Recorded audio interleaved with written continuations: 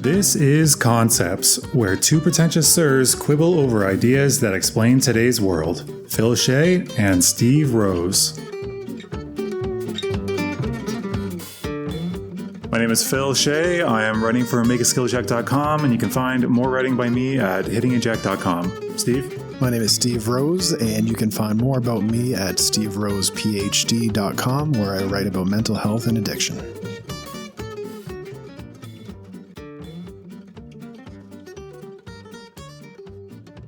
Welcome to Pros and Concepts. Welcome. Steve's drinking his non-alcoholic beer off camera there. So, Steve, it's been a while since we've been doing this. It's been a long while, in fact. What did you do? What did you do that caused us to not be able to do this? What did I do? Yeah. What did you do? Yeah, so we had some backlog, but not enough. And I ended up traveling Brazil, and then I got stuck, waylaid a fair bit in Canada because I got COVID on the way back. And then New Year's and all the holidays. And basically, it was a lot of coordination nightmare that we didn't end up navigating successfully. And now it's Friday the 13th. We are really late on a lot of the stuff. No way. I didn't realize Friday the 13th. Okay. Yeah, so everything's going to go wrong today, and we're not going to have a recording, but we're going to try. We're going to try our best. So what are we talking about today? It's a concept that you kept bringing up. We kept kind of throwing it back and forth, I guess. I think we both were kind of looking forward to talking about it at times, and then both of us kind of fell out of it and kind of kept boomeranging like that. And now it's just a matter of we only have time to record right now, so we're going to talk about this. So we're talking about quiet quitting. So let's assume that nobody knows anything about this. What is it, Steve? Well, it's not what it sounds like it is. You're not actually quitting your job. I don't have the formal definition in front of me, but in short, it's just doing your basic job description and not going above and beyond. It's pretty simple when you put it that way. Do you have a more formal definition? No, not really, because if you go to Wikipedia and you try to find this, you'll just find that it redirects to work to rule, which as a kid, whenever I heard work to rule, I always thought like rule as in like to govern, to lord over. Right. Not the rules as in like legislation. Like the rule of law. Yeah, which is actually what it is. So it's similar to that. And I actually, among my very sparse notes for this particular one, because it's mostly going to be us talking about it, I have slow down versus work to rule versus quiet quitting. But to stick back to what you were just saying, quiet quitting, I guess, yeah, is just, as some people call it, I don't like the really kind of, I don't know if it's kitschy, but kind of grade school feeling rhyme of this, but acting your wage. Have you heard this one as well? No, I've never heard that term. Yeah, acting your wage instead of acting your age. So they're not paying you very much. Productivity's gone up crazy amounts over the past decades and wages have not. So acting your wage is another way of saying quiet quitting, aka doing the bare minimum on the job. Right. And I know people will think doing the bare minimum means you're slacking off. Or being lazy, yeah. But this is not that. It's actually just doing the basic job description, not putting in extra hours, taking on extra projects that are outside of your job description, trying to impress people to get promoted. You're just doing your job, showing up, going home, living your life, finding meaning and purpose in other things. Having a work-life balance, in other words. This makes me think of how there's some research that shows that I think particularly men, when they retire, they have a much higher rate of just dying within the next, I think, year or two. But to me, that doesn't seem like it'd be universal. It seems like maybe people who only find their purpose in life and their function in society through their job and nothing else. And I think in older generations, particularly for men, that was kind of how it was defined. So I think this is kind of a pushback towards that kind of culture. And I've still had people, actually, despite having said the things that you basically just said, lots of people still say it's just being lazy and abandoning your team, which goes back, I think, to our fairly old episode at this point of internalized capitalism, don't you think? Yeah, and I have sympathy for this point, having worked actual jobs. I mean, I've worked actual jobs too. Neither of us have been in offices. Right. I think. So we both worked actual jobs, but it's been a while for you. Yeah, I've worked for myself for quite a while now and in Asia, so those are a bit easier. And so my experience working an actual job when you're younger, it's like you don't really think about these things. You don't care much. But when you're getting older, you have some responsibility, you're coming around your 30s, you start to realize, oh, like I should probably like not make a bad impression. Like when you're a teenager, you don't really care. Take it a bit more seriously. This is not just a temporary stop. Right. Because there's a career thing. There's like, you're thinking thinking about like people's impression of you really matters. You want to make a good impression. And I found when I was working in like a hospital environment that they don't give you enough resources sometimes, depending on where you're working in the hospital, to do the job the way you want to do it. So you pretty much have to go above and beyond in order to meet the basic necessities, or else the person that comes in on the shift after you is going to be pretty upset. I think this is a much bigger topic because we're talking about like unions and collective bargaining and just different systems. Like I think in a lot of care industries or industries where people actually give a shit, basically, like childcare might be one of them if the people actually like it. Healthcare for sure. Working in zoos or with animals, those things tend to be fairly abusive to their workers because they know that like the workers are not heartless. Like for instance, in the UK, they had a big strike from the nurses, I think recently within the past few months. And the media was like, they were picketing in front of the hospital and somebody slipped on the ice and fell and hurt themselves. And the nurses who were picketing immediately went and helped the person who was random just walking by that fell down. And the media was running with it like, look, they want to be paid more, but they still do their jobs. They still care about people. Like as if it was a slam dunk that these nurses who want to be paid a living wage or like an amount that actually befits their station are still doing it for the fact that they're not just seeing it as just a job, it's a vocation for a lot of these people, right? And that's taken advantage of in many ways. And so that's what I'm referring to, because like when you care about the work you're doing and you want to do good work by the clients and your team members, because you care about them too, perhaps, it really requires you to go above and beyond. But that's because the structure of the working situation is created that way. The fix is not just expect everyone to go above and beyond. The fix is to create a staffing situation or workload that doesn't have to have that happening ideally. Yeah, I mean, obviously it should be a reasonable scope for the amount being paid, but that's exactly what they don't want to do. Like Zoe B, we had on 2 episodes ago, and I just was watching her thing about, we both talked briefly about the adjunct profs. It's the same sort of thing. Like they were like, how can we help with the pay situation without raising the pay? And it's like, that doesn't make any friggin' sense. They basically want every answer except for pay us more. And that's the long and short of it. And that's why I think people need to be more willing to strike. And even when people have been striking, the system has been constantly showing it like the workers are the unreasonable ones because they want to be paid like some increase. Like the US had, I don't think they actually struck, but the railway workers, and the federal government was like, you can't strike, you're too essential. And the media the entire time was presenting it as these selfish workers want more, but they're willing to sacrifice your convenience and the economy because they want more. And instead of saying the corporations that are running these things or the companies that are in charge don't want to pay these people anything, and they are the ones that are actually kind of holding it up. So it's like the whole framing, this is why media is so important. The people asking to have just a reasonable increment that matches how inflation and everything's going like crazy, they're the unreasonable ones. Right. Yeah. The burden of responsibility is put on the employee. And you even see that like when you're actually working in these situations, like there's so much social pressure to go above and beyond. It's actually harder to do the quiet quitting because now you're ostracized because everyone's like, oh, well, he's not picking up the slack here. Now I have to do his job. Oh, and then you actually get like blowback from your fellow employees when really it's the company's problem. Yeah, exactly. And that's what I was referring to when I mentioned internalized capitalism, because they've internalized capitalism so much that by slowing down, being like, no, we shouldn't be doing this much, we're actually asked to do far too much for the amount we're paid, causes the people around you to start getting a little rankled by it, being like, wow, this person's making me pick it up. No, you don't have to pick it up. That's the point. Let's all not pick it up.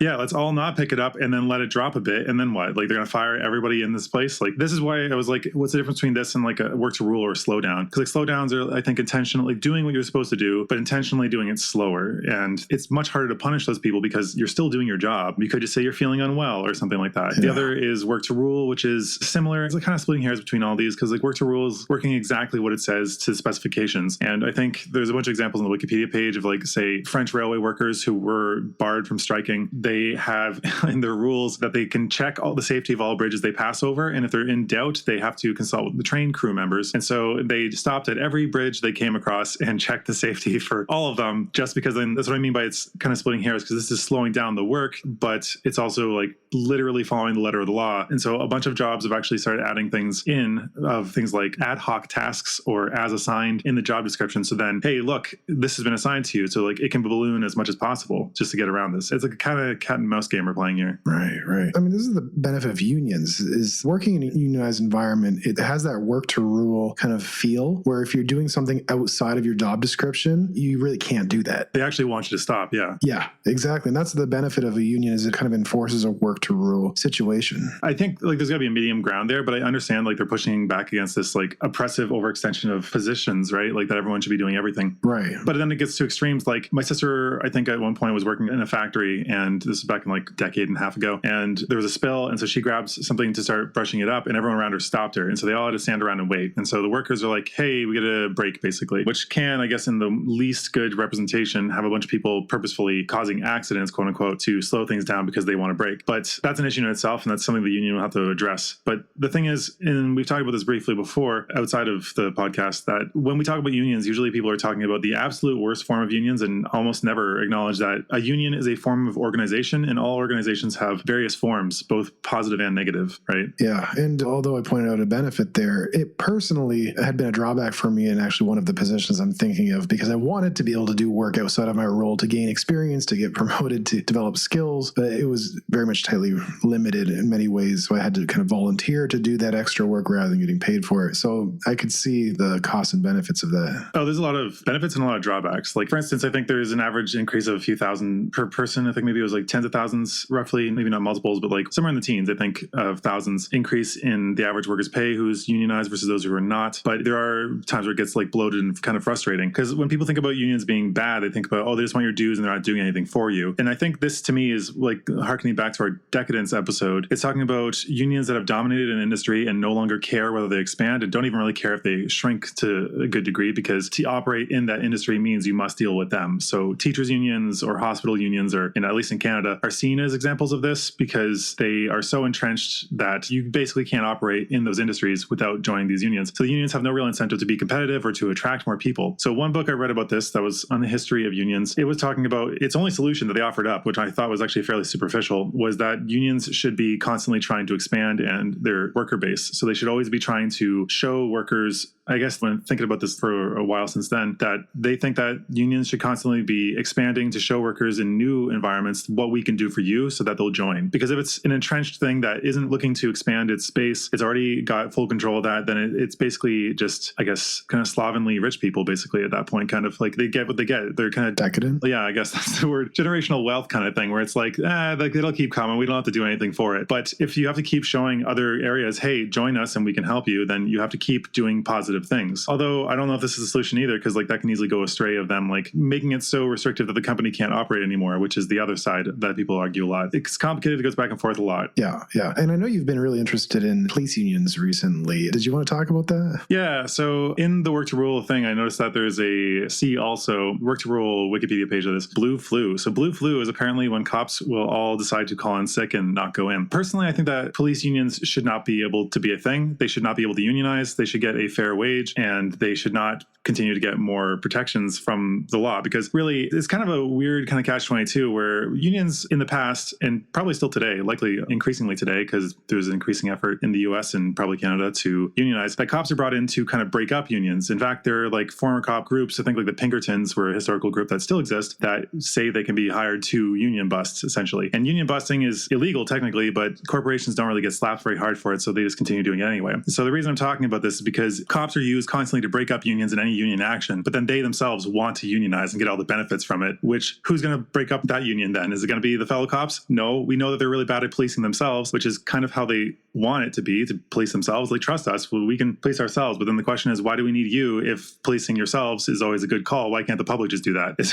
one argument. Right. Like, I mean, the major benefit of unions is protecting the more vulnerable individuals, marginalized individuals, working class individuals. Why would kind of an institution that is kind of a position of power wrapped up with the government, like what is the need there, I guess? Are you asking me? Yeah. Because I mean, I know that that's a rhetorical question in that it already kind of answers itself. There isn't. They're already protected. And in fact, okay, the stuff I sent you yesterday, it was preliminary research. It's not actually been published yet, but it's just an analysis of how over, I think, the past decade, how unions have affected policing. And essentially, the findings were that unions for police, they don't help in any of the ways that we want. Like, they don't help with any kind of crime whatsoever, which is kind of the argument that police always say, that like police need unions because then if they are able to bargain for themselves and what they need, then they'll be able to get things to prevent crime and all that. But that doesn't seem to be the case. So this is by a guy named Rob Gilzo. It's a long name, Tillezeau, on Twitter, who is talking about this. He's tweeting that. And apparently he says, with an additional 0.026 to 0.029 civilians killed in a county each year, of whom the overwhelming majority are non-white. So basically it increases the number of deaths per county, and most of which are not white people. So I'm against police unions also because, like what we're talking about, it does, in this case, it still does protect the minorities, which are the shitheads heads that are doing illegal shit and abusing their power. It's like the whole blue wall kind of thing, right? Like they are able to be protected when they do shitty things. I mean, this is obviously very related to broken window theory, which is apparently soundly debunked, and yet it's still a very large influence in at least North American policing, where it essentially says if you find any small infraction, you can pursue it, because leaving any infraction unpursued means that people are more likely to commit more crimes in that area, showing that like police just don't care. So like if you spit gum out, then that might lead you to be more likely to pickpocket somebody, I guess, because you were able to get away with that one infraction, so other ones are more likely. But what this actually translates to is police being able to target whoever they choose, because we're all breaking minor laws all the time. So they can then go after you without any real repercussions, likely, especially if they overshoot it. Yeah, that zero tolerance policing can for sure be problematic. We saw that in New York with Giuliani and all. There's many examples of how it can lead to racial bias, etc. We'll have to do a whole episode on broken window theory. Yeah, I was just thinking we're way off of quiet quitting. We're talking about a completely different workplace.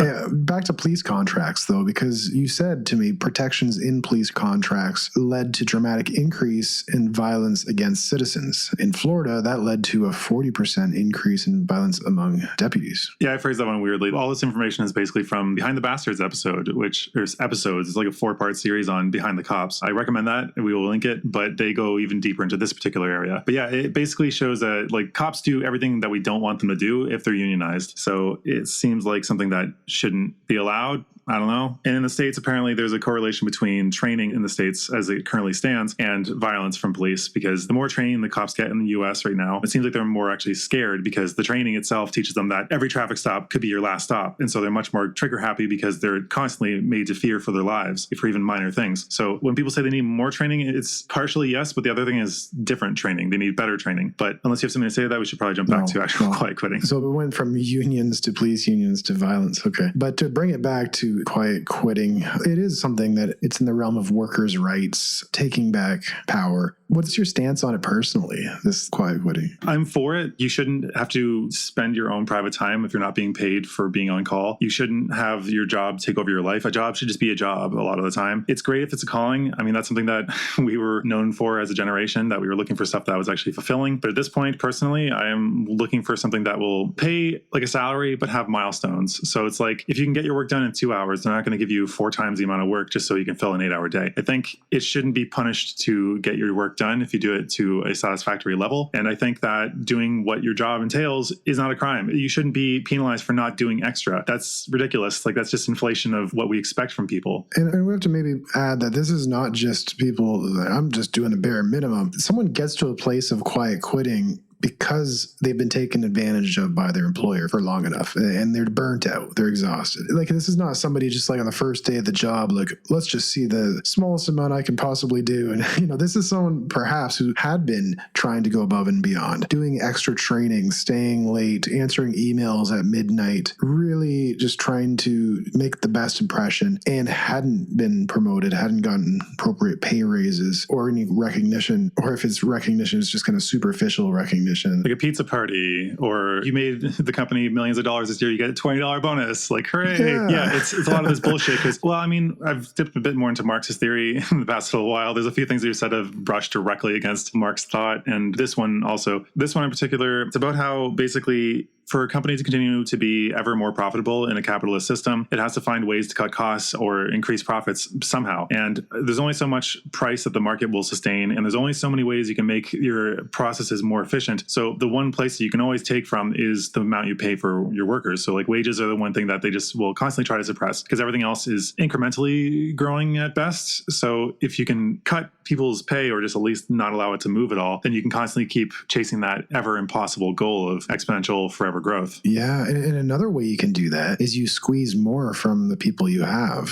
by making them just do different roles outside of their job description. And so in reaction to, I guess, quiet quitting, some corporate HR person came up with a really stupid concept. I mean, all this is stupid. This is basically an episode of stupid concepts. There's a few more stupid concepts related to this, but the one that I'm talking about is quiet hiring. Have you heard that? Yeah, we've talked briefly briefly about it. I had to rewatch the video today because I'm like, what exactly is it again? So here I have it in front of me. I queued it up while you were talking. So this is the definition. I don't want to say the woman's name because it seems like she's the only source and she's the one that's promoting this. Some HR shill, essentially, who is going around and making a name for herself by constantly promoting this stupid concept. She's the only source that it comes up. So I'm not going to say her name, but she defines it as quiet hiring is when an organization acquires new skills without actually hiring new full-time employees, which is just a way of saying the exact opposite of quiet quitting, it sounds like. You're forcing people to do more than their job entails without hiring anybody else. Although she specifies full-time, I guess. And the way she phrases it in some of the examples of how you would propose this to someone, it would be like, oh, we noticed you were doing a great job in your current position. And although we can't hire you for this promotion position, we would still like to give you the opportunity to try out some of these roles and see if it's a good fit, getting some experience. And maybe in the future, if resources allow, we can hire you onto that other position. So not really being able to promise it. And so pretty much getting free work and they never really have to deliver on hiring or promoting that person. It's just bad faith. This is what I don't understand. Like Jim Collins is like the master of this. He's got a series of books on like research on like how business should be. His philosophy in Good to Great or Built to Last is very much mirroring my own in business, where like this is just bad practice generally, that like you're breaking trust constantly with your employees, especially if you dangle a carrot that never comes. So if you say, hey, you do this extra work, we'll pay you more, and then you don't pay them more, or worse yet, you give them less than inflation raises if they're good, because some jobs I interviewed for said that they give, if you were good, a 2 to 3% raise per year, which is not even inflation. I think it was 2%. I don't think it was even up to 3. Yeah, 2 to 3 is pretty normal. I know, but that's exactly why the norm right now is that you should be constantly switching jobs. So people complain about how nobody really wants to work and nobody has any real loyalty to companies, but like who is not rewarding loyalty? It's the companies themselves. They'll hire people for higher pay because the market forces it than the people who have been there for 5 years. So of course they're going to leave. Yeah, and so it's always smart to have a roster of potential other jobs, always smart to be looking for different jobs, which brings us to another stupid concept. Yeah, very good. Career cushioning is the other one, which it's related to what I was talking about earlier of the strikes for the railways, because it's, again, framing everybody that's pushing for their own rights as being bad. It's like battered wives. We could say that battered wives, just blaming them as enablers, being like, oh, look, like you don't want to be in this situation or be hit, like, oh, but it's your fault. It's the same sort of thing. We're victim blaming. Victim blaming, yeah, for sure. So the word career cushioning, it's simply a name for what people should probably already be doing in the first place, which is always looking out for different opportunities and different employers, networking. This is nothing new. This is completely ordinary. Yeah. But this word that came out and the news stations all pick it up and they're like, this new job trend that you should know about. Are your employees doing it? First off, I mean, I don't really know the Canadian thing. This is something that's used by the left and the right. I've seen to kind of hilarious effect sometimes. But the media is basically owned, bought and sold by like a handful of different people. And they're the ones that are pushing these agendas. Like there's this compilation, I can't remember, I think it was Sinclair Media, but it shows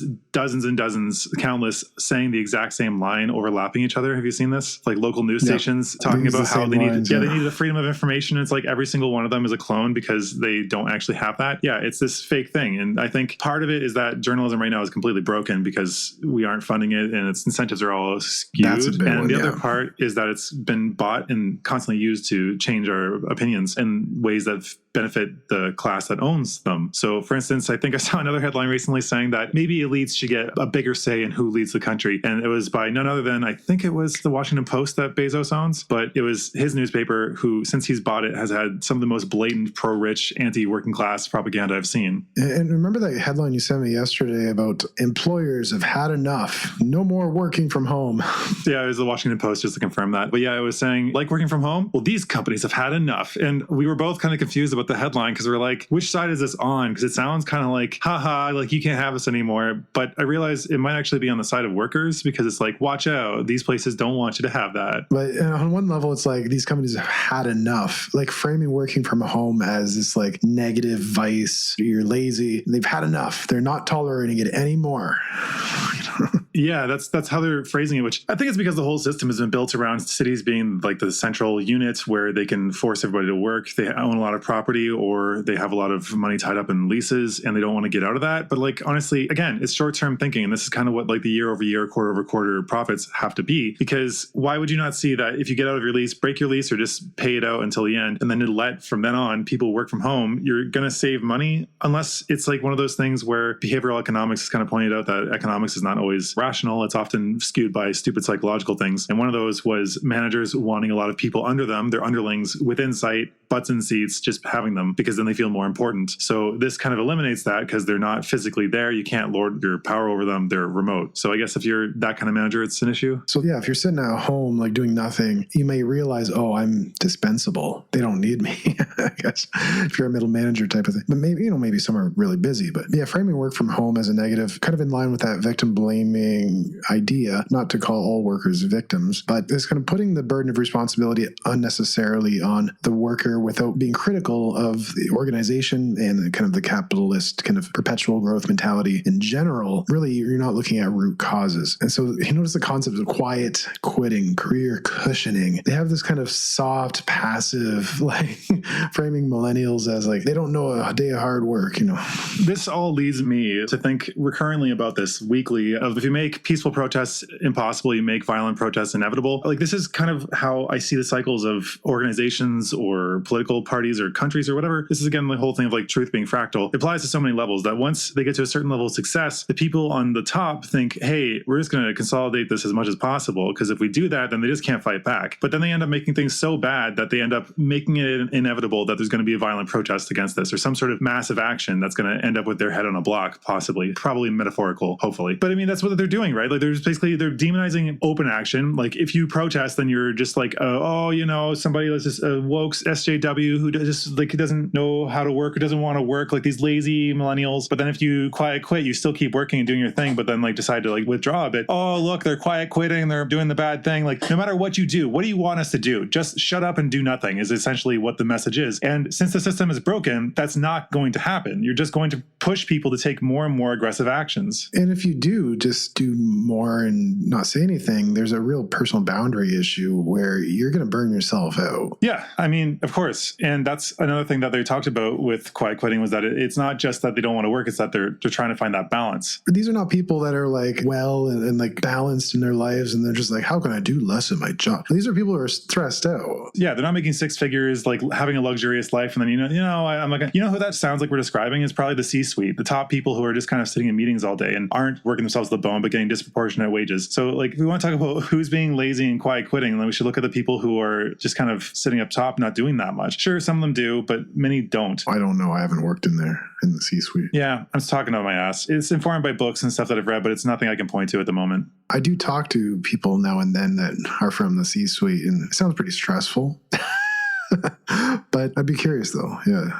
I would like to see like industry by industry and industry wide. But the thing is, we're not going to find good information on that. That's the problem, is that those people are often protected by the media because it's their own class basically. And also the companies themselves don't want to make it seem like the C-suite's not doing anything, because then that will make them lose value and like it'll just reflect badly. So even if the CEO is doing absolutely nothing but taking vacations and going to play golf, he would probably say those are all business meetings on the golf course and like may or may not be true, but they're going to pretty it up in any way they possibly can. One thing we haven't talked about is quiet firing. Have you heard about this one? No, let's talk about that one. All right. So quiet firing, I've had actually done to me once, which from like the most embarrassing place to have it done. Oh, I did hear about this concept. Yes. Basically making it so that they're adding more and more restrictions onto you so that eventually you quit. It's like being in a bad relationship where you don't want to break up with them. And so you just keep treating them worse and worse. So they try to make you quit the job rather than firing you. So this happened to you. Tell me about it. It was nothing, like I said, it's not really a worthwhile job to stay at, but I had just graduated. The recession was in full swing still, and I was just finding any job possible. So I worked at this pita place that made pitas for drunk students, basically. And I don't know why exactly, but they basically gave me only Saturday nights from midnight until 4 a.m. That was my weekly shift. There was the one shift. They had gotten ones before, but then that one, for some reason, I consistently got. Walking home at 4 a.m. in the winter, I just remember being afraid I was going to get jumped walking through a park because it was the fastest way home.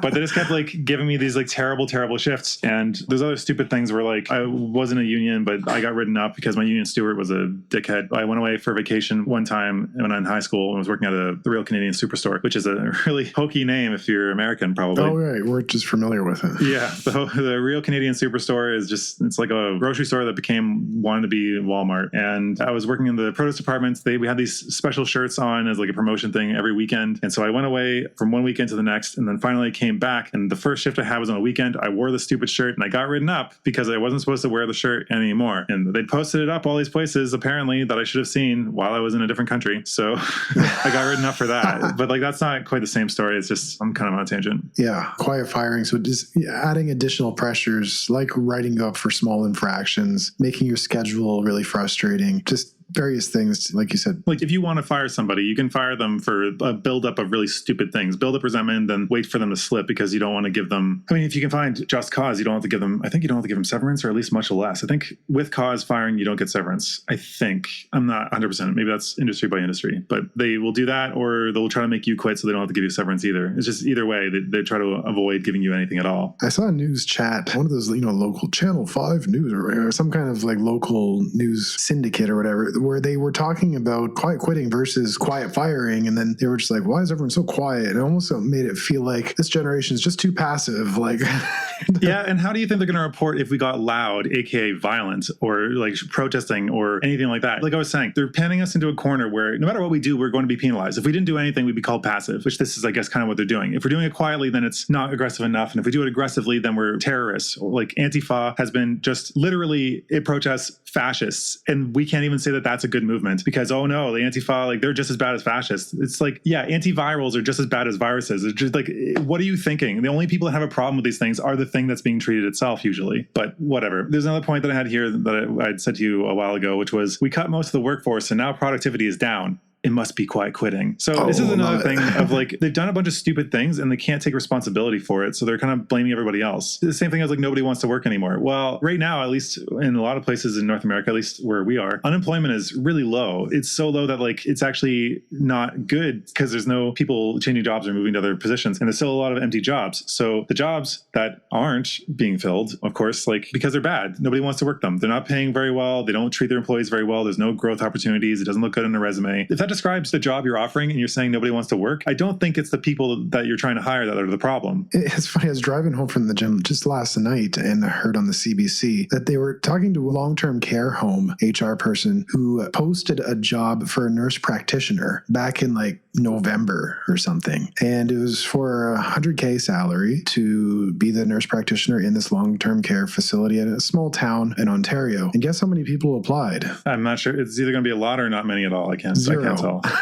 Is that surprising at all? 0 applications. As you're saying this, I'm just sitting here wondering where the story is going to go. Because like, where did they end up taking it? What is your take on it? It was the strangest story because I was like, is this whole segment dedicated to like them trying to find somebody to work there? But was the point that like nobody wants to work, or that there's a shortage of nurses because we just came out of a pandemic where people weren't paid very well and a lot of them burnt out? I was wondering how they were going to frame it. And because it was a fairly, in my opinion, more reputable source, although it does have a left-wing kind of slant. It's like center, left. Like it's like 2 ticks away from center. So they do actual news, I would say. It doesn't matter where it is on the spectrum because factual versus non-factual, if you're on the left or on the right, it doesn't mean you are not factual. You can be having a biased perspective while also being factual. So you can take a right-wing factual perspective, a left-wing factual perspective. Yeah, but then that pulls into the question of like lies by omission. Like, yes, you and I can talk about the same story, but I can only talk about the person hitting you and you can only talk about the person being hit. Right. Yeah. So this is a little bit of a tangent away from the point, as we normally do, that I was wondering where they were going to take it, and I didn't think it was going to be like this kind of news station, Fox-oriented, like, Tucker Carlson angle, and it didn't go there. It wasn't like these lazy people, nobody wants to work and apply to the 100K job. What's wrong with people, like kids these days, or something. Okay, so you're leaving us in suspense. Where did they go? Talking about nursing shortage in general, the problem with working in long-term care, particularly in Ontario, where it's been on fire for the last few years, if not longer, much longer. I mean, it was in bad shape before the pandemic and it's gotten even worse. Yeah, and that was mainly it, the shortage of nursing. And we can see how there's a shortage of nursing staff. I mean, the pandemic burned a lot of people. Yeah, and a lot of them don't want to get back into the system. A lot of them, I think, don't want to deal with the union. I know a couple that became just like rotating workers that'll go, like, they'll be wandering nurses, basically, nomadic nurses that show up places, work for a bit, have a huge leverage in how much they ask for and pay, and then they don't have any real commitment. So, yeah, of course, There's actually a Instagram thing I had of a doctor saying that, where it's like the hospital opens the doors like, hey, we really need you. And the nurse is like, yeah, sorry, like I'm not really feeling it. Can I get a raise? Because like I've been working really hard here. You've been promising me that this will pay off, and it hasn't. They're like, oh, no, we can't do that. And so then it shows the guy take off his scrubs and put on just like another shirt. And they're like, what are you doing? He's like, now I'm a freelance nurse. Now I'm going to be paid way more than I was asking for because you didn't offer that. And now like I also have more freedom too. So like basically they didn't treat them well, and then they still need them. So those nurses ended up having much more collective bargaining power, I guess, or individual bargaining power rather, because the system just kind of screwed itself. And that's like the whole decadence thing. And that's why I think I had a freak out for that episode, is because like it's just everywhere that leadership is just generally not trustworthy and generally abusing people and generally causing their own problems, then blaming everyone else for it. Yeah. And I think it's a really good place to kind of wind down the episode on the whole thing of nursing, because like that's been a really burnt out kind of profession where people have been struggling. People left the profession because they couldn't do it anymore, and leaving those who are still in it having to kind of pick up the slack, and there's so much more pressure. So how do you quiet quit? And that's the thing. We started the episode more in the hospital, and we're ending it there too. This is what I was talking about though. Like these people, I think a lot of them go into these industries because they actually want to, because they want to help people. And now the industry makes it so it's punished. Like teachers are as well in the US at least. They are doing these things because they feel a calling to it. It's a vocation, and that's being abused. They're not being rewarded for it. They're not even able to barely live. The adjunct profs, like you were talking about that, we're going to link that video as well. But basically they're paid like almost nothing. Most professors as we think of them don't exist. It's like guys living out of their trucks teaching university level classes. And I read about these stories like a decade ago, and it's not changed. So like something's going to break. The people in charge of like even the country or individual states or corporations are basically pushing it so that people kind of have to do a lot. And on the one hand, I think this is bad. Like things are pretty bad. On the other hand, bad can push people to action to actually take steps to fix things. In a thriving society, we can't just turn to the government and say, hey, fix this. We need to actually do stuff ourselves. So that's how I would end it. Collective action. Yeah. So we're not talking about like individual nurses quiet quitting and they're all stressing each other out now. Like, oh, I'm coming in on my shift and you didn't do this. That's not necessarily the answer. It's more that the collective action. I know in healthcare, it's a strongly unionized environment, at least what I'm aware of in Canada. But, this quiet quitting, there's too much social pressure and urgency to really effectively do it in those environments. It can work really well in like remote work, where you're not doing shift work, where someone has to come in and pick up any slack, more project-based work. There are environments where it can make more sense, where you just kind of stop answering your emails after a certain time. These types of jobs where you're maybe on a salary and you could just check your stuff all day and night and whatever. There are ways you can institute effective personal boundaries with your work in ways that don't necessarily put a burden on other people. I want to take it a little bit further, because a lot of jobs, I think, what you're describing can end up with a very irate boss screaming at you daily. So I'm going to say, let's take it a step further and say, constantly be applying to new jobs. Don't have any loyalties to your company. Yeah, career cushion, basically. That's stupid. I don't want to use it. No, remember, take it back. Just keep looking for better opportunities until you find something better, and then leave. If you get an offer from a job, you do not have to take it unless it's better. And if it's better, then why wouldn't you leave? Like, screw it. There's no loyalty here for you, so we might as well take advantage of it. Unless, I guess, you are one of those managers, then try to actually be communicative and go to bat for your people. Don't just take the side of the top. Love it. Anyway, All that's right. it for this week, and have a happy new year, happy holidays, all the stuff that we missed since we weren't here during that time. Oh, we missed all of that. So we'll talk more soon. And in the meantime, stay safe, take care. Hope to see you again. Yeah. Bye. It's such trash.